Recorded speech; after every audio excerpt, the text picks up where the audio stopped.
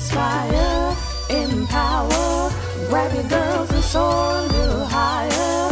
Unlock the fire in you, cause real women don't bitch, no. Real women don't, real women don't, real women don't, real women don't, real women don't, real women don't, real women don't, real women don't bitch.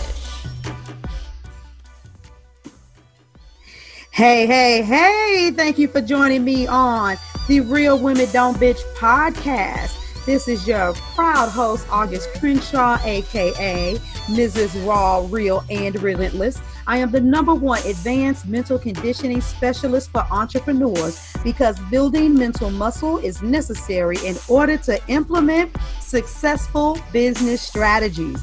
This show has been created for the woman who is not excuse-driven and needs help building a profitable business. I will be interviewing women from various fields who are willing to break the silence on struggles that specifically affect female entrepreneurs. Welcome to a show where I and guest speakers from time to time share our methods that help us beast our business no matter what is going on in our lives. Whether you are an online or brick and mortar business owner, this show is for you. We will hit every angle, personal, professional, and spiritual. Why? Because on any given day, you get hit with shit from a scenario involving one, more, or perhaps all of the above. It all impacts you and your mindset towards your business. I have made it my personal mission to provide a space where we dive deep into the BS we face on a day-to-day basis. What it do, ladies? Okay, so disclaimer for those of you that don't know me just yet. Hashtag rant mode. Even though I may be kind of calm, I'm saying that because, when usually I'm in rant mode, I'm like going a mile a minute. I might even get to talking louder than usual. And I definitely drop way more curse words because that's just how I get down. Y'all know what it means when I say rant mode is coming. So I put that out there. So if you got sensitive ears, even though you just decided to tune into a podcast called Real Women Don't Bitch, you probably should look the other direction. So I'm calling this one, Oh, She Will Hurt You. Collaborate anyway. And so we got to talk. We have really got to talk. I did everything in my power to make sure that I went to bed last night on positive vibes. Me and Mr. Crenshaw, we were focused on, kicking it, chilling, doing what we do. But I still woke up this morning to a slight bit of negative energy. Not enough to consume me, but still a slight bit of negative energy. So I want to talk to you guys about something because I look at women in groups and it always goes from one extreme to another. Well, it seems like it's like pulling teeth to get us to collaborate and do things together. And then on the other hand, you have some that are like, oh my God, I just want to do everything together. And it's like, calm down, slow down. And so you really don't know what to do, but you do know that if you want to build a profitable, sustainable business, that part of it is rooted in the connections that you have. And so I'm going to tell you something. You can't allow the fact that women have played you, that we could be sneaky or emotional or just outright bitches. You can't allow that to deter you from still making connections and collaborating and doing what you got to do, because you are going to get played. So I had to just kind of sit back and go ahead and reflect on the many times that I've gotten played and got hurt the worst, and like really realize that today in 2020, thank God I'm where I'm at now and that so many other women have played me, because the information that I get and the information I've recently received, it doesn't even bother me the same way anymore. And so one of the things I used to do is I used to do a lot of podcast episodes, like really cautioning you all about collaborations, making sure that you had your legal stuff together and make sure you took your personality into play, you knowing your vision for your business so that you don't just collaborate with any and everybody. And so I speak very firmly about these things because of what I've experienced. So let's just think about some things that have happened to me. Well, I've had one woman, say that she really wanted to collaborate with me. And this speaker in my summit decided that she wanted to actually try to infiltrate all of the people that were on in the summit, trying to figure out who she could poach and get as a client. I've had another speaker in the summit actually, have this posture looking like she had her shit going on and she had her stuff together. But when I was writing the copy, my copy was so potent, she called me because she felt guilty because she wasn't having the success she needed in her business. But, we talked and, she had been doing what she had been doing for so many years. And, she had an upswing and then a downswing. And here I am being all like, well, that's the ebb and flow of business. But then this woman was literally getting all of my content in my copy. And I even saw her post some of it on social media, the whole fucking proprietary process. And for somebody who used to work with major corporations and knew about copyright infringement and all of that stuff, all of a sudden had a dumb blonde moment and didn't realize that what you did was out of order.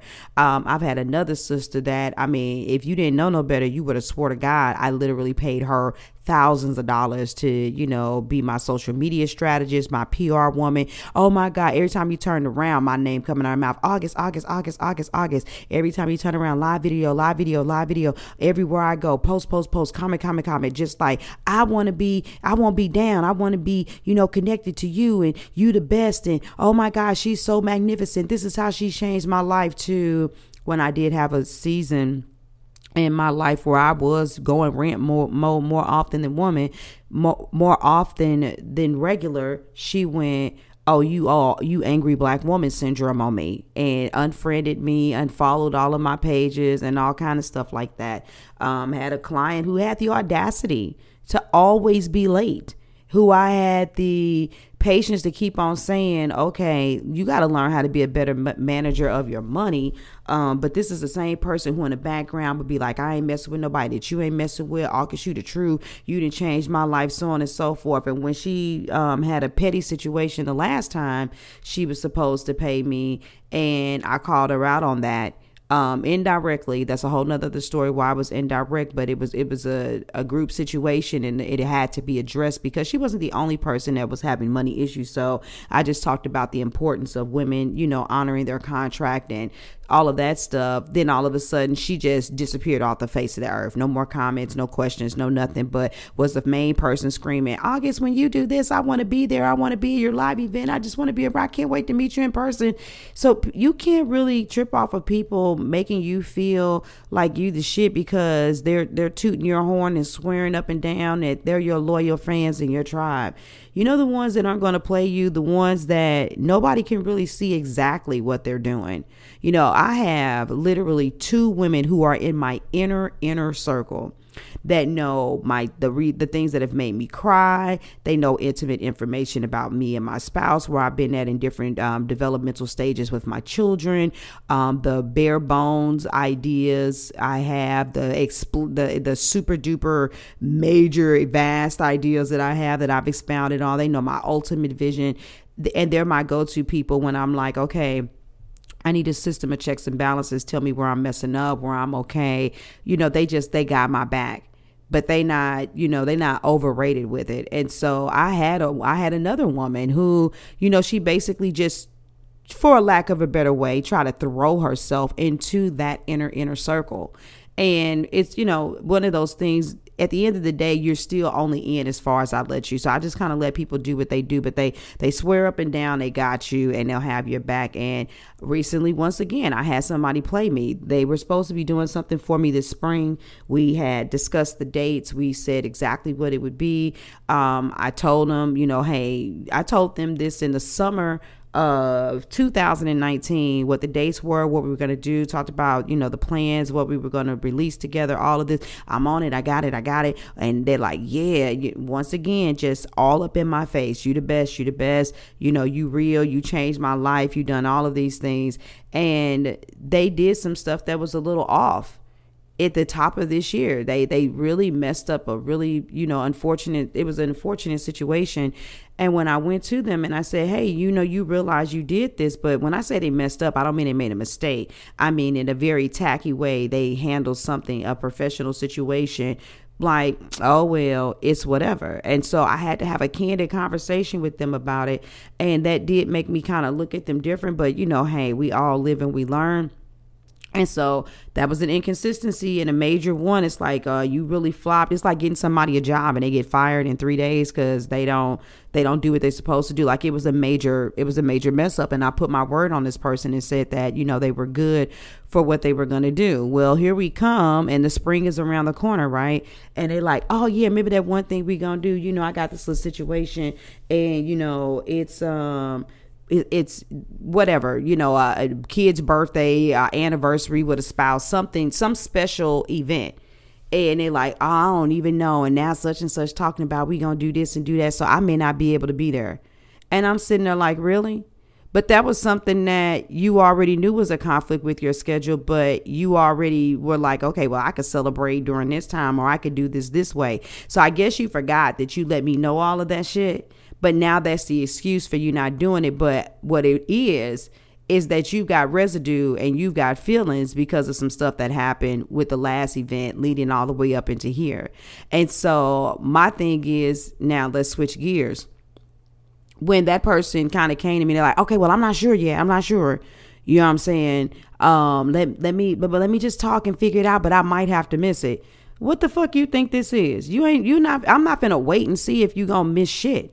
Because you already knew. That is tacky as fuck.